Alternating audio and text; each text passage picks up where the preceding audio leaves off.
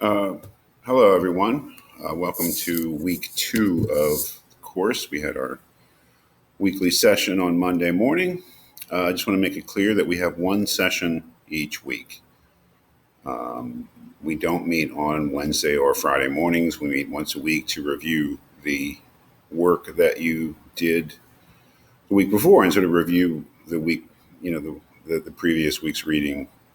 And all of this is everything in this course is really aimed at you reading the text. That is, most of the work for this course is you're spending time with the text, making sure that you understand it, you grasp the basic argument about death, whatever facet of death we're looking at, and that you feel comfortable with it. This is material that you will have to write about.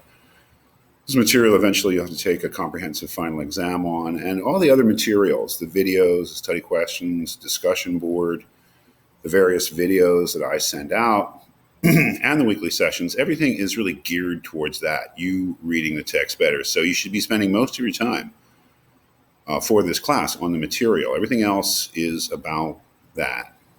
Again, we meet once a week.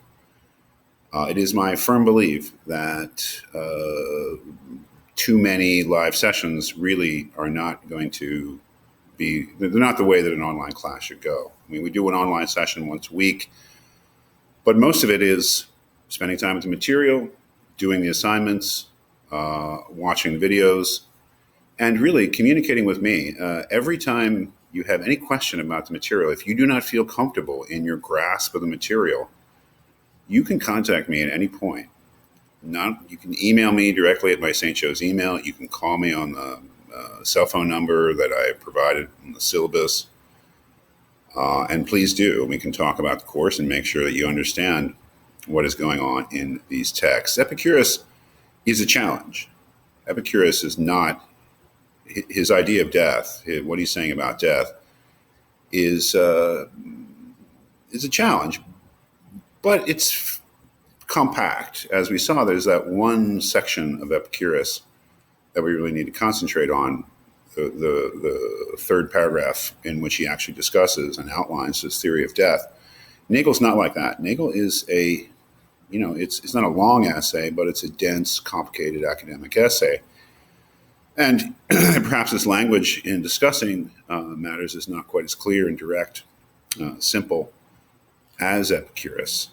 It's a fully comprehensible essay, but it's written by a philosopher for other philosophers, so it's going to take some time.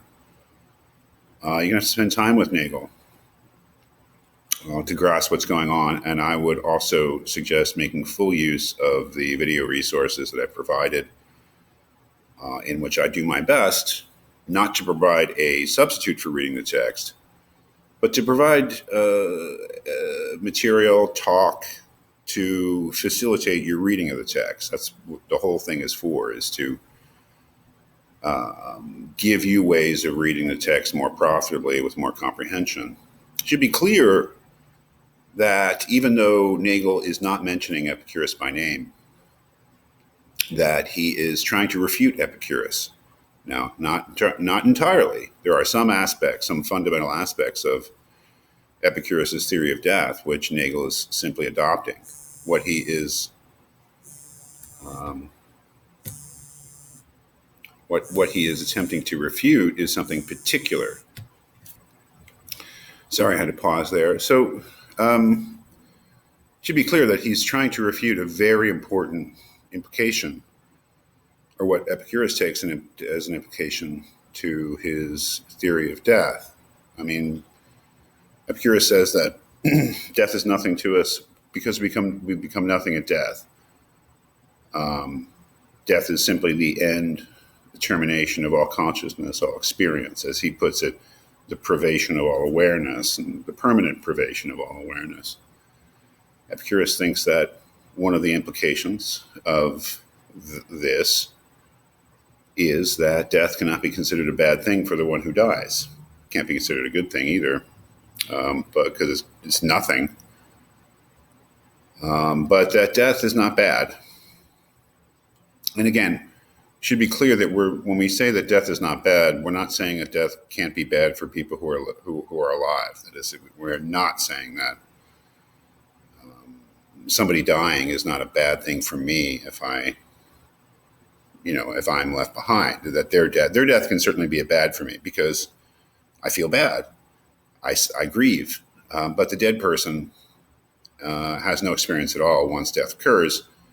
So Epicurus would say that the death cannot be considered a bad thing for the one who dies. That is what Nagel is attacking. And that's not really giving much away. I mean, it's obvious. The problem or the challenge in reading Nagel is following his argument.